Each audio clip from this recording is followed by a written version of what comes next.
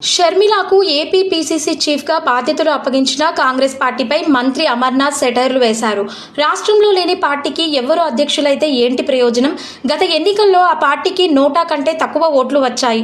వారి గురించి తక్కువ మాట్లాడితే మేలు. రాష్ట్ర ప్రజలకు కాంగ్రెస్ అన్యాయం చేసింది. ఎవరు వెళ్లి అడిగినా ఆ పార్టీలో సీటు ఇస్తారు అని అన్నారు.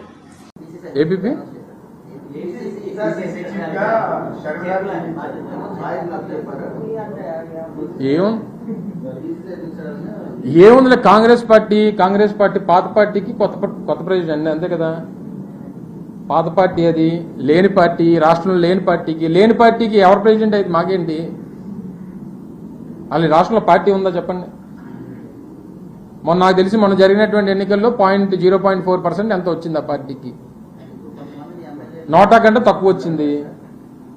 అటువంటి లేని పార్టీకి ప్రెసిడెంట్ ఉంటే ఏంటి, లేకపోతే ఏంటి? దాని గురించి చర్చించుకోవడం అనవసరం నాకు తెలిసి. అయితే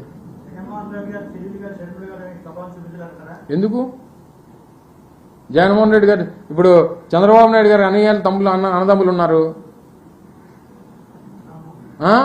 చాలా మందికి ఉన్నారు. మోడీ గారికి ఉండుంటారు నాకు తెలిసి. అందరికి ఉన్న వాళ్ళు అందరూ ప్రధానమంత్రులను లేకపోతే అందరూ రాష్ట్రపతులు అయిపోతారు కదా. మరి అలాగైతే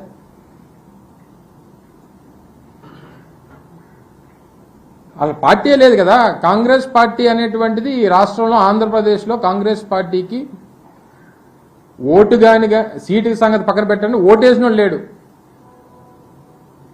ఎందుకు వేయట్లేదు కాంగ్రెస్ పార్టీకి? ఈ రాష్ట్రానికి చేసినటువంటి ముఖ్యంగా ఈ రాష్ట్ర ప్రజలకు చేసినటువంటి అన్యాయం, ఒక కులానికో మతానికో ప్రాంతానికో లేదా ఒక వ్యక్తికో వర్గానికో చేసినటువంటి అన్యాయం కాదు. ఈ రాష్ట్రంలో ఉన్నటువంటి 5,30,00,000 మంది ప్రజలకి మనం కలిసి నిర్మించుకున్నటువంటి హైదరాబాద్ కానీ, కలిసి నిర్మించుకున్నటువంటి ఉమ్మడి రాష్ట్రం కానీ, అందరం కలిసి ఉండాలని చెప్పి కోరుకున్నటువంటి ప్రజలు కానీ, వీరి తాలూకు ఆలోచనల్ని, నమ్మకాలని, భవిష్యత్తుని అడ్డంగా గొడ్డలతో నరిగినటువంటి పార్టీ కాంగ్రెస్ పార్టీ. మరి అటువంటి పార్టీ అసలు ఈ రాష్ట్రంలో ఉండకూడదని కానీ, ఆ జెండా కనబడకూడదు అనేటువంటిది ఈ రాష్ట్ర ప్రజల ఆలోచన. అలాగే కనబడట్లేదు. అటువంటి లేని పార్టీకి ఎవరు ప్రెసిడెంట్ అయితే మేమేం పట్టించుకుంటాం, మాకేం సంబంధం అంటున్నాను.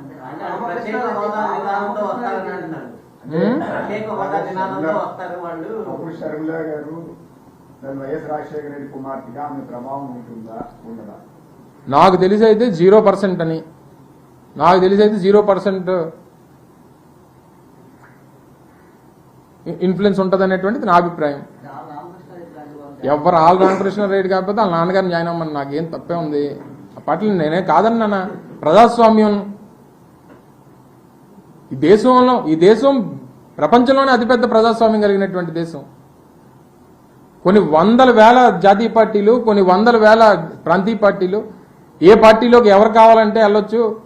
నువ్వు వెళ్ళి అడుగు, నీకు ఇచ్చేస్తారు సీటు. కాంగ్రెస్ పార్టీ ఇక్కడ అంత ఖాళీగా ఉంది. అది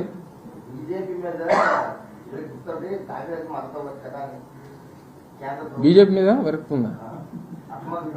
సర్లే, ఎవరి మీద అలా కదమ్మా. రేపు 10 మంది పోటీ చేస్తారు.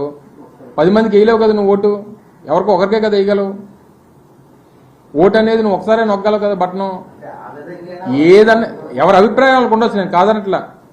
ప్రతి రాజకీయ పార్టీకి నేనేదో ఈ రాష్ట్రంలో నేనే ముఖ్యమంత్రిని అవుతానని కానీ, ఈ రాష్ట్ర భవిష్యత్తు నా రాజకీయ పార్టీ ద్వారా అవుతుందనేటువంటి నమ్మకం ప్రతి ఒక్కరికి ఉండొచ్చు. కానీ ఎవరు మంచి చేయగలరు, ఎవరు ప్రజలకి మేలు చేయగలరు అనేటువంటిది ప్రజలు గమనిస్తారు కదా. అసలు ఆ పార్టీకి సంబంధించి అసలు లేని పార్టీ గురించి ఎంతసేపు మాట్లాడుకోవడం నాకు తెలియగలుగుతాను. నిన్నటి వరకు ఇంకొక ఆయన ఉన్నారు, ఈరోజు కొత్త వాళ్ళు వచ్చారు. అంతే తేడా. ఏం తేడా పడుతుందో నాకు తెలుసు.